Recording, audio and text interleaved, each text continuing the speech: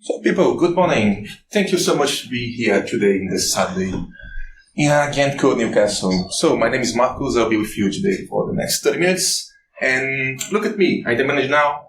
This was my path and my trail to become a security engineering manager for a security engineering position. So my agenda is, who is this guy with this strange accent talking here today? Okay, we are talking about engineers, we're talking about managers, what's the difference in between? Why we think about career for engineers and managers?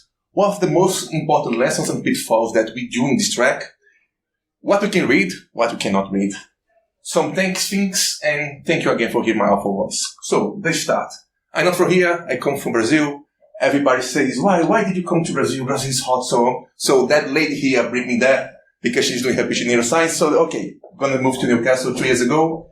And I'm from Brazil, from a small city in the northeast of Brazil, so the northeast to northeast. I really like Newcastle because the small team of my hometown is white and black, so that's got a thing. And when I was young, I was playing FIFA with Newcastle, things of life. We got the biggest St. John party in the world. It's really nice, so I always do that tourist thing for Brazil. I come to Brazil, come to Campina Grande. But again, who am I? So I come from Brazil, from a university. I did my undergrad in computer science, and there I started with security. So we got this whole thing called like 80-120, were projects between Brazilian, European universities, and there I did start to work with security one. It was really nice. I was not expecting. And I was start with the cloud. So people are talking about the cloud, what's the cloud and so on. And I did start from there. Afterwards, when I did graduate, spent some time working in academia. So I go to Vitex. Vitex is a really big e-commerce company in Latin America. And go on. Sorry, it was just to see if anyone was doing the lightning workshops because they were at the start. No? No, sorry. No worries. So, So, I did start to work in Vitex. Vitex is a real big e-commerce platform, and they have this strong software engineer thing, and then it started to work with security. If you're a security person and you did work with software engineers, it can be fun, okay? So after that, we didn't start to create like a track. Think, what's the difference about security engineers? What's the difference between software engineers? And what a manager can do? So after that, I was like working 2 years in Brazilian time zone, so I need a change. So I did move to control plane. This is what I'm working right now as security engineering manager. We are a consultancy company. We focus on security and Kubernetes. And we are doing that like around the world, new things, changing language, and so on. So everything I'm going to say that the characters are fictional. The main idea is to show some points and see how this can help you folks in your day-to-day basis. So the first thing is that now you're the manager, right? So you always ask help for your manager, but you need to handle this kind of thing.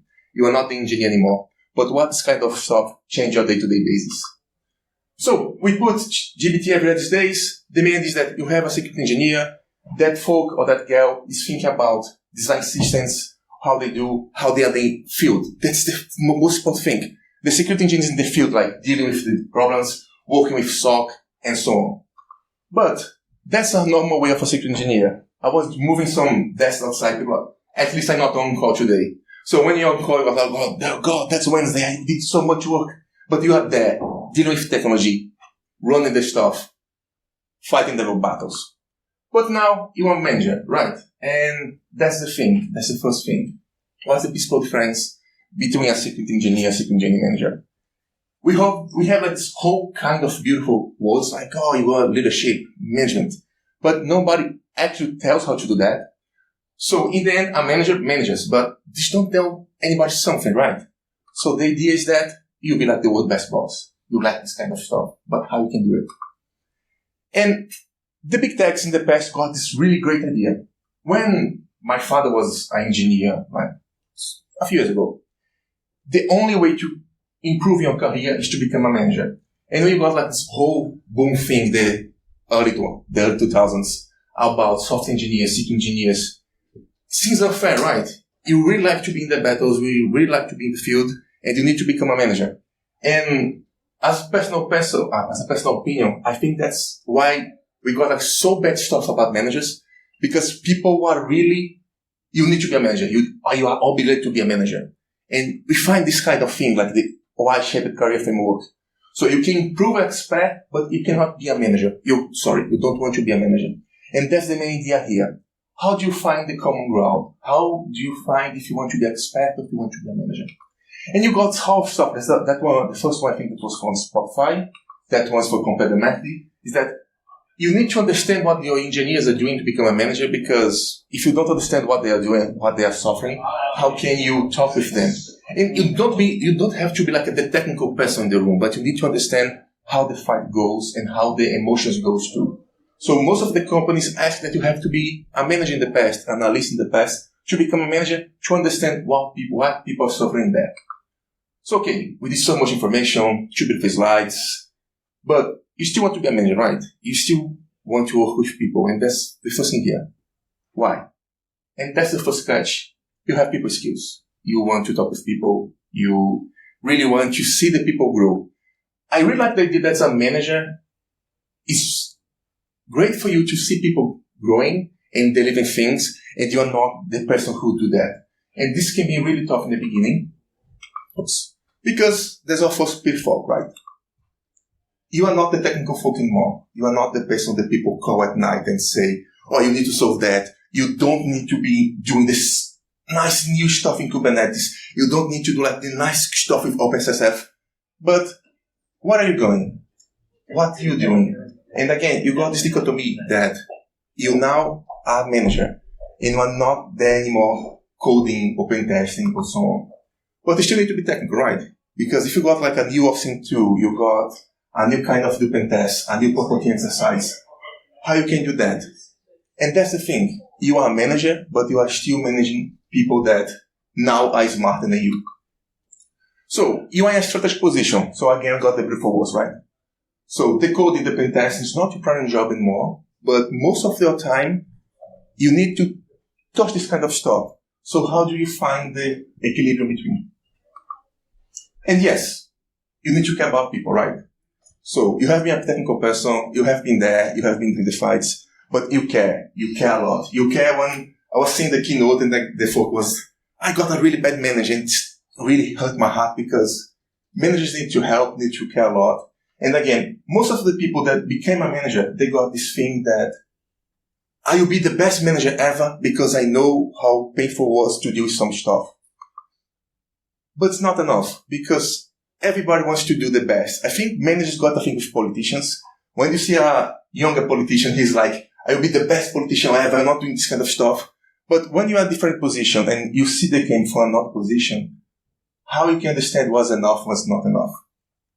So care is not enough because you have a whole process. For example, I really like the singing thing today, but people go, I implode the scissors budget.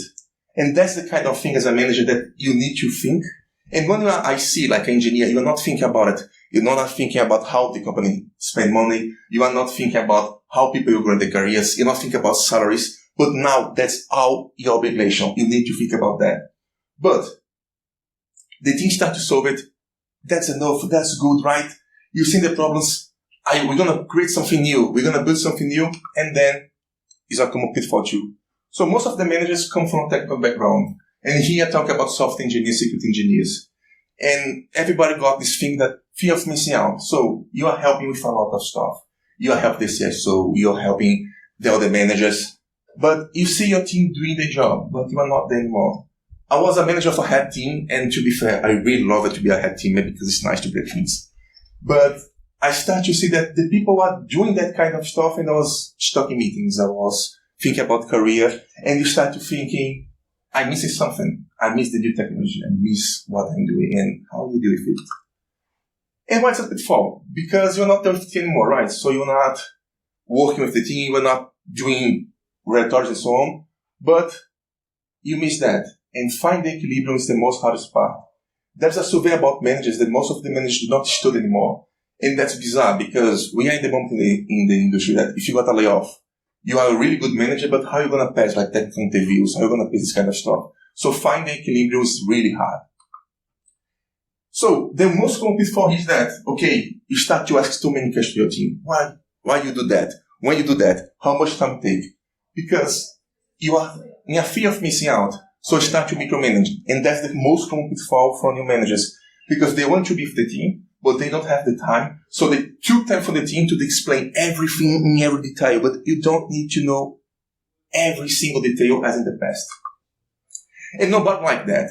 If you are an engineer that got a manager, it's really stressful because you start to feel fear, like I'm doing much work, I'm explaining well, and you cannot have the space to breathe.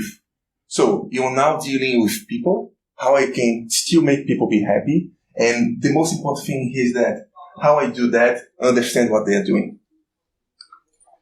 And we got a second issue here, so okay.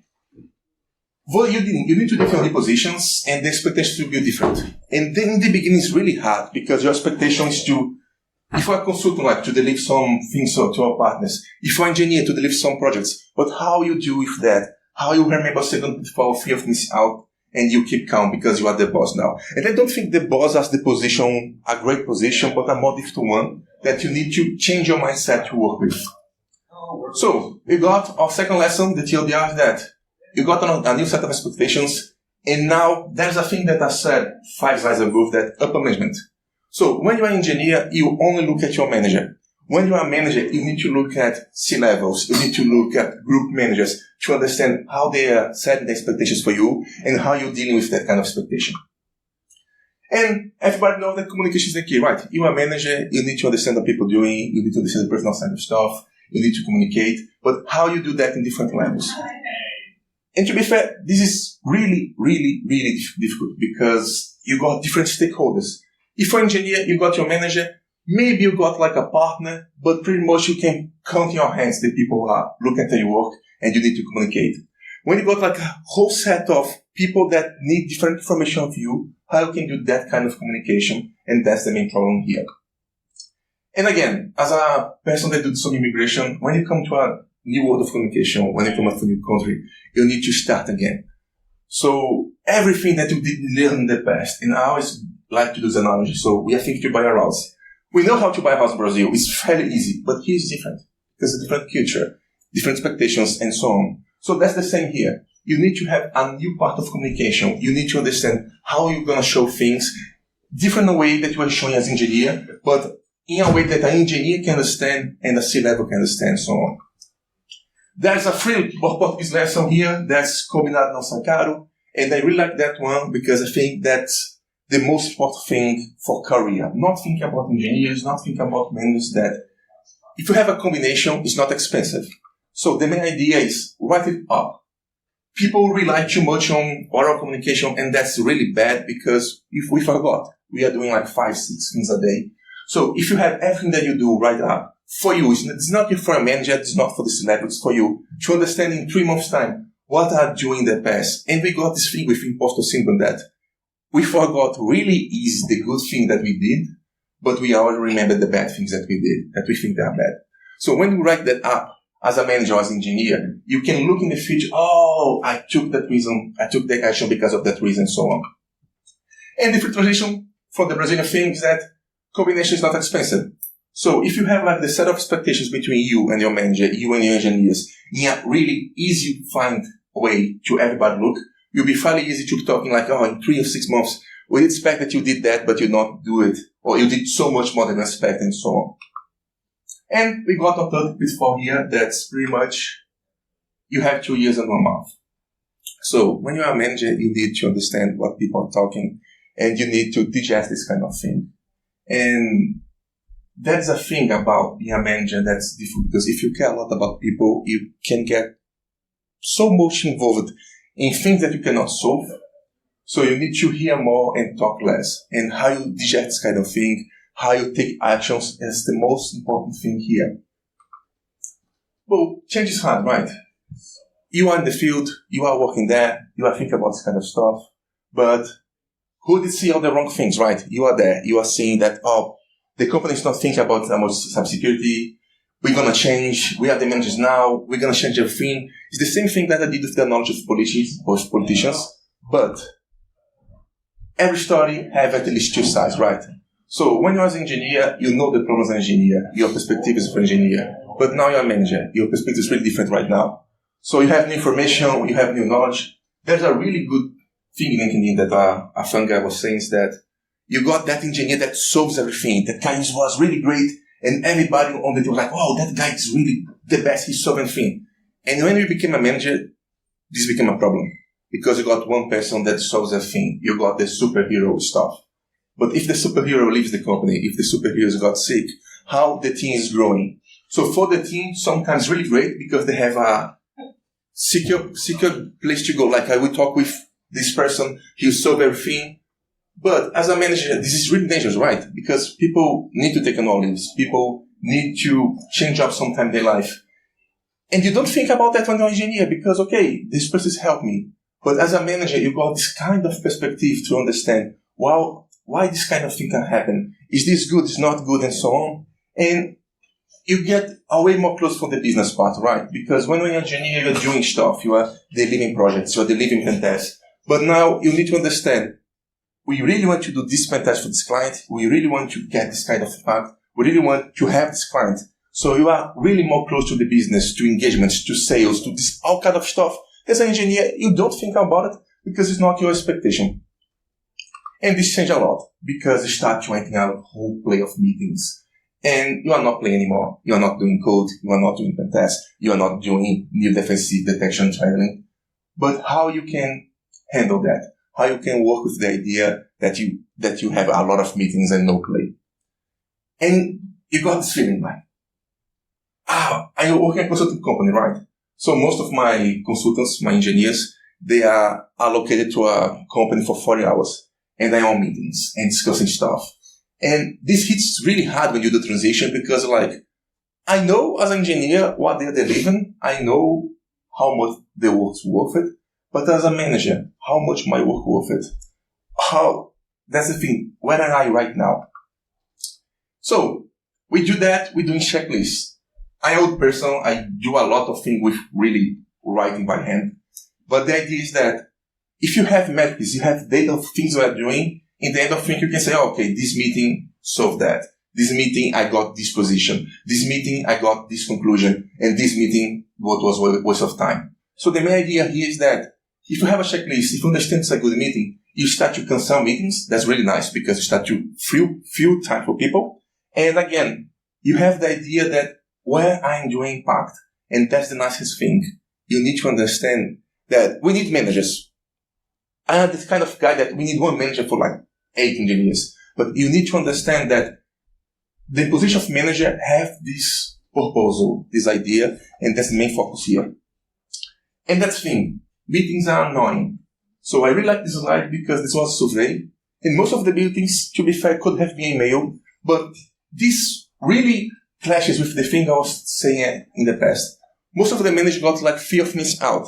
And the easiest way to not missing out is to ask people in meetings. So you start to micromanaging. And that's the kind of loophole that we want to break. If people understand that you can do more synchronous work, you can understand what people are doing with presentations like 1 time per week and not meetings all day long. And that's, again, you need to understand how you manage your time. And for me, that was really different than the beginning because I really want to be in all the places everywhere. And the first time I became a manager, I almost have a burnout because I was working like 14 hours a day because I need to talk with engineers, I need to do some hacking exercise, and I need to talk with my stakeholders. And it was really difficult because I want to be in every place, every time, everywhere. But again, I have another thing. So my work-life balance will go really straight down. And I need to start to say no. And it's strange because I am a yes person. I pretty much look like that movie with Jim Carrey, think like yes.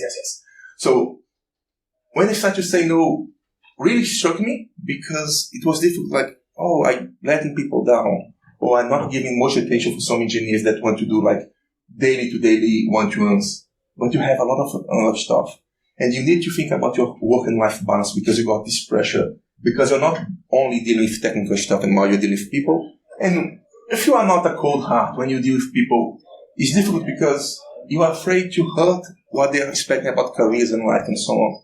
So you need to start to say no. And when you need to start to say no is to think, how can I prioritize what's important and how can delegate some things? And that's the thing about you need to say no is that you are one person, you are one manager, so you need to start to delegate.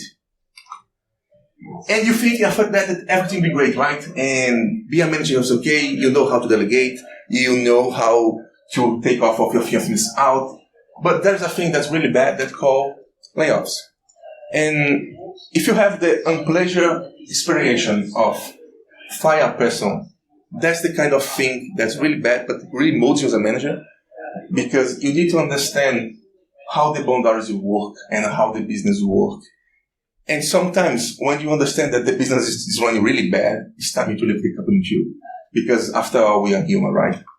And some people don't work together. I have 2 great engineers, really, really great, but they pretty much hate each other. And I did spend like 5 months trying to make this work. And from the beginning, a more senior manager told me that you are wasting time because they will never work together because of this kind of difference. And that's again the no thing, right? If I knew at the time how to say no, I can see that some people can work together. So this kind of difficult thing is the most important thing that mold you as a manager. And again, you don't have control of everything. So I was really doing some fantastic, and you have control of the environment, right? You got your scope, you know what you are doing. If you're doing code, you know what you're going to deliver in how many time. But as a manager, you need to embrace the chaos, right? You need to understand that some things are not really easy, and that's nice. There's a thing we talk about, cloud engineering in general, that's chaos engineering.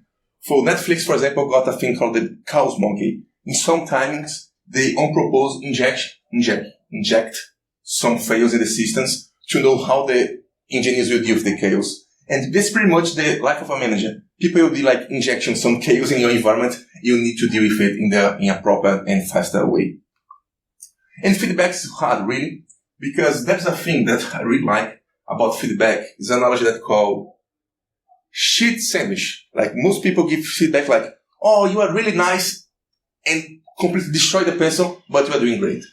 So understand how to do feedback, how to create a career plan, and understand that it's hard because you don't have like a cake recipe to do that. It's the first most different thing when you start to do one-to-ones and think about career of engineers. And career is two-way road. If you are a manager that is only thinking about career, thinking about when people will improve, and the person itself is not thinking, you need to understand that you won't have a part here. And you need to be really careful because if 2 people don't want to do, one by himself will not solve it. And the best part to be a manager, to be fair, is to see people growing, right? When you see a person get promoted or got another job, that's really great because you feel that you are doing the right thing, and this feels great, right? People are growing, you are solving things and so on. And you create new managers. I think my best experience as a manager in the last 4 years was to create 2 more managers that were really senior engineers that want to be managers. And you see that people want to enter in this path and be there is nice because it's really great to see people growing. One thing that I really like about craft managers is the idea that if you are an engineer, technical engineer, the great idea is to do a pendulum. So sometime you'll be a manager and afterwards you'll be to another place or the same company and be an engineer. Because people can be great and amazing engineers. That's really nice. And the same people can be really great and amazing managers. But I never seen a person be a great manager and a great engineer at the same time, only at the cost of his personal life, and we really don't want that. This is a really simple case study, because we're most on the finish of the presentation, is that the difference in instant response about a security engineering manager and security engineer. The manager, he pretty much watching these things in the back office. He understands how to coordinate, how to conduct, and how to improve. And the engineers itself are working there. So this pretty much illustrates the idea of an engineer will be in the field and the manager will be helping from the back office. So I really like to do that. I really like to think about book recommendations. These ones are really classic ones, the Magic Path. It's really nice for good engineers and start, and they got this thing with personas. So my name is Marcos, and I got a Marcos persona that I was not expecting. That was a people pleaser. And it was really difficult to understand that was a people pleaser because I was not saying no, I want to be there every second. And the idea to understand how other managers were doing was really nice. We got that one. It's really focused on engineering. Is that, okay, you became a manager and you don't have like a buddy onboarding, how you do it, how you work with it, how you do the simple to simple day-to-day basis. And you got managing humans, right? We are talking about people here. We are not talking about systems anymore. How the main idea that we can work with humans. But if you notice, I was talking about security engineer, and we don't have any book about security engineers, right? And that's the thing. It's a new thing, right? We don't think about people doing devs and security for, I think, for the last 3 or 5 years we did start to talk about. So you don't have literature. You don't have this kind of stuff. So you need to get these books. You need to get this information, understand how I can get that and put in the security way. How can I understand how security works different from engineering and how security works with equals to engineering. So thanks again to my wife. Thank you so much to be here today. And you have any questions? No questions was this bad, really. Good things. Yes. So, thank you so much, people.